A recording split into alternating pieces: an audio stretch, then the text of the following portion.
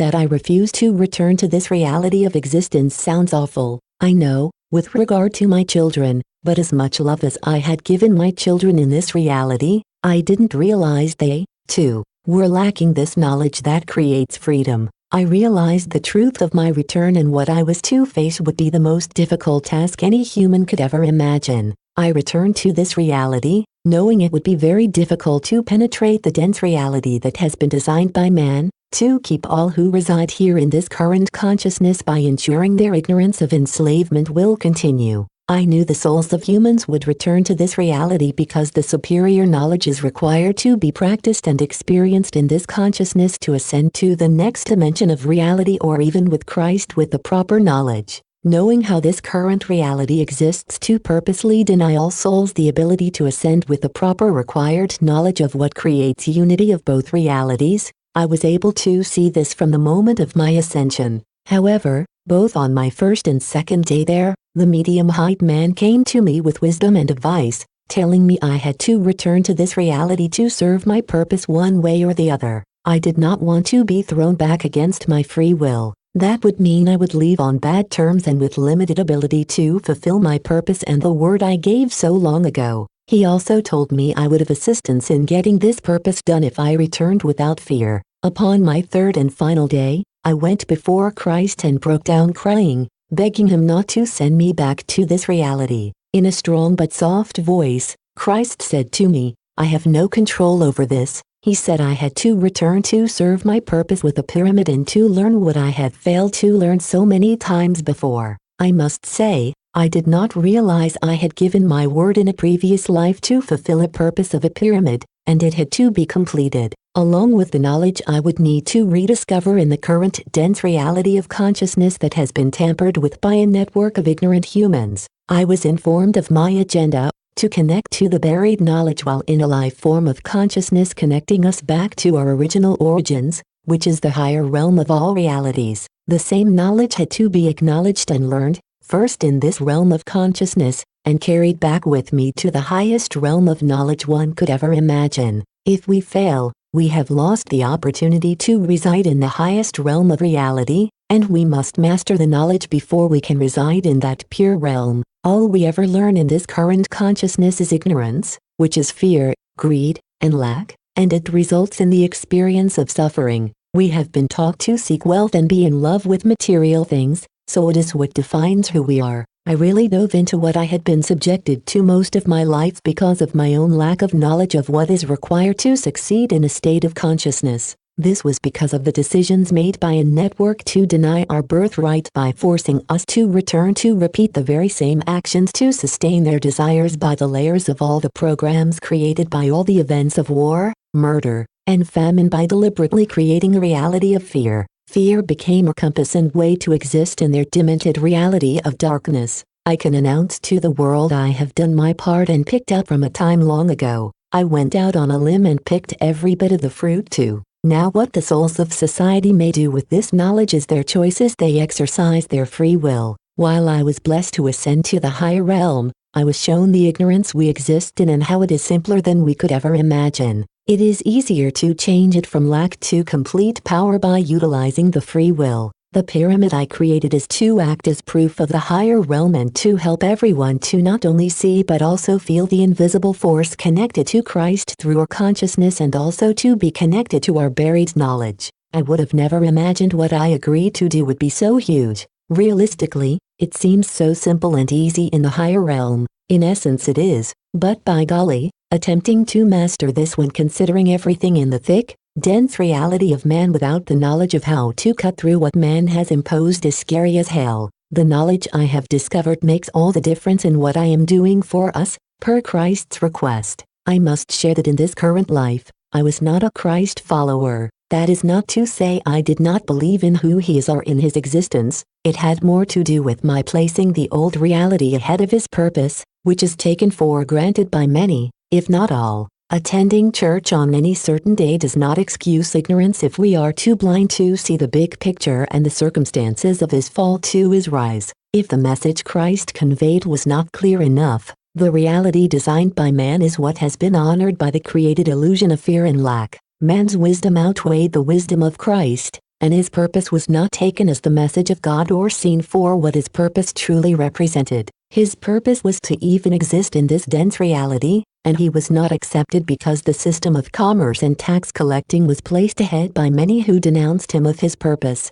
No follower should believe by praying and at the same time support the very existence and reality that ended his agenda and his purpose to exist in this dense reality of man's creation. Christ sacrificed his life so we could be free from the tyrants in this consciousness. Christ opposed the enslavement of not only the mind but also, more importantly, the free will of every human. It mattered not what a human's choice of religion or race was because the wisdom of each human was his purpose and agenda. From my own experience, it makes complete sense. He ascended with knowledge of pure love and forgiveness toward the ones who placed the reality of taxes and commerce ahead of his purpose to enlighten all by his wisdom over 2013 years ago. At the moment he asked God to forgive them, for they knew not what they had done. He ascended with the power of love and could finally finish his agenda from the higher realm. That agenda was to assist us in our accomplishments to prevail against a world and mind that has existed by the very design and ignorance of men and women who created the reality of pure ignorance and of their own lack. What I am about to share may be difficult to accept due to the conditioning of untruths that have allowed us to resist the concept of life after death and our ascension to heaven when this life ends.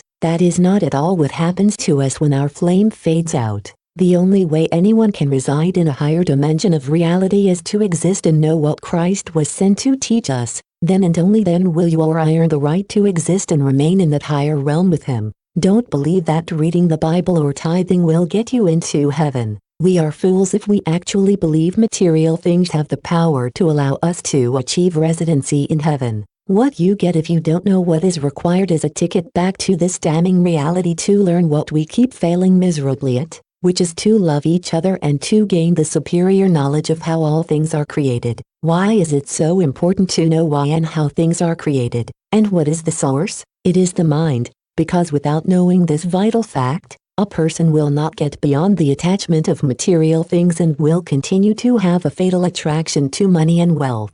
Once the mind and soul have mastered this disguised enslaver, the next level is the love and gratitude of our knowledge. At that moment, it all becomes one with all three levels. Level 1 is mind and soul, level 2 is the creating of material into a tangible item or action, and level 3 is all becoming as one in the consciousness of Christ. 3 is his consciousness, and his knowledge of love and gratitude runs in all of our veins. The time has come to explain my experience of Christ and his consciousness to set us free. This is going to get really deep, my friends. I want to apologize in advance for any shock what you are about to read may cause you. All I can do is give my word is that what I am going to share is God's honest truth with the assistance and support of Christ. It took my attempted suicide of this current life to show me what already transpired so long ago and how I gave my word of honor in the higher realm to create the pyramid of love and gratitude. When you give your word to Christ that a purpose will be served,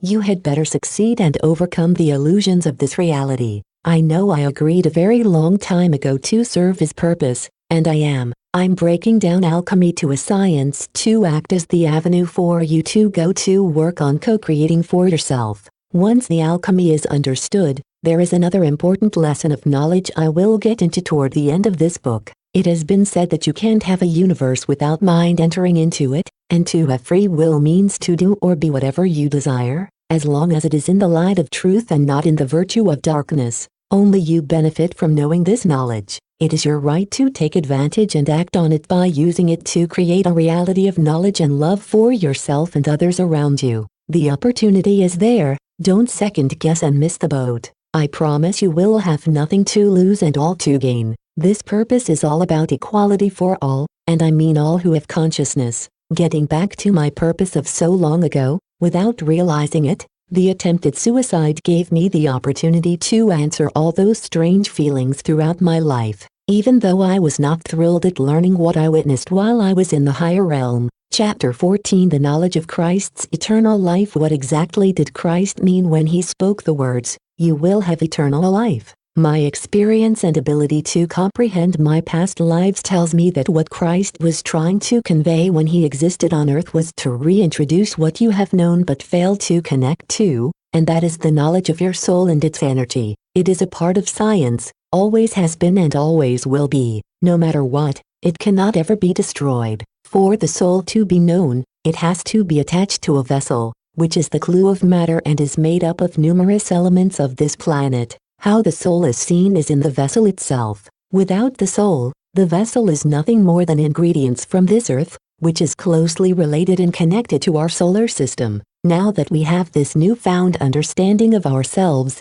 it's time for the ultimate truth and a skeptic's dream. That truth is we were too live in many dimensions. What Christ meant for us to understand is he will be with us through the end of the ages and that throughout these ages, we will exist in many vessels. My recognition speaks entirely for itself. I acknowledge that what I am going to tell you will be hard to accept or even understand at first. We must realize the many lives we have existed in are not what our brains are programmed or enlightened to interpret in a logical manner. All it takes is to plant the seed of thought, and in its own time, with nurturing, it will grow in its own way and become the intention of the Spirit who manifested it. I have lived many lives over an extensive amount of time, and each time I failed to master the knowledge while in this consciousness. Until now, I can remember the guide conveying to me the importance to return with the blessing and power of Christ and his ability to assist. As long as my free will cooperated completely on its own without influence, it had to be my decision, and every detail mattered to this reality. Again, as mentioned early on in a previous chapter, on the second day of my near-death experience, the assistant returned to speak to me for the second time. Again he shared that I would have to return, and it would be to my advantage to return without resisting and to not be thrown back into the dense reality against my free will. He said that if I refused and was forced back, I would return with limited assistance and abilities. I considered all of what he told me. I had given my word a very long time ago to create the pyramid of love and gratitude. I no doubt failed all those other times, because when we are in the highest realm, we see all our past lives, down to every detail. And yes, there are always some embarrassing lives too. I was not worthy to remain in that realm of reality because I had yet to find my purpose and learn what Christ had instructed me to learn, which is to teach the alchemy of the soul and mind, along with the final and most important lesson, which is love and gratitude. The pyramid was to act and show reality from the highest realm of existence. In the higher realm, it seems so easy, but in this reality of consciousness, it appears to be very difficult to overcome when you look around and witness the suffering. Who is doing this, and for what reason? My ability to see and know several of my past lives and all my failures when the reality was based on material love was extremely hard. We must become all of we have been once before and rise above what we think we see because it is not real. It only becomes real when we validate it with fear and acceptance. It is simpler to change than even I could have ever imagined, and we have held the key for eternity. The secret, guarded truth is free will and the ability to make a choice. I realize Christ was right. Not only must I overcome my ignorance and learn knowledge and love, but I also promised to help all others, as many as I possibly could, before the third peril, as it is upon us. I was told I would have help and guidance, and Christ kept his word. Through astral travels in my sleeping hours, many others assisted me in his plan to save as many souls as possible. The evidence is overwhelming. In my first book about the pyramid he instructed me to create, and I did. I returned to this dense, damning reality of doom and awoke in Bellevue Hospital. I said to Troy, "How long have I been in here?" Troy stated, "Sweetie, you have been sleeping for 3 days." I did not remember any of this. I was left with a feeling that I must survive, and I would not ever allow another to play with my mind again. However, in truth, the experience did not start to resonate until a year and a half later. I found myself having no desire to live the material lifestyle I had been living. I filed for divorce, took a reasonable settlement, and moved back to Florida. Within a few years of moving back,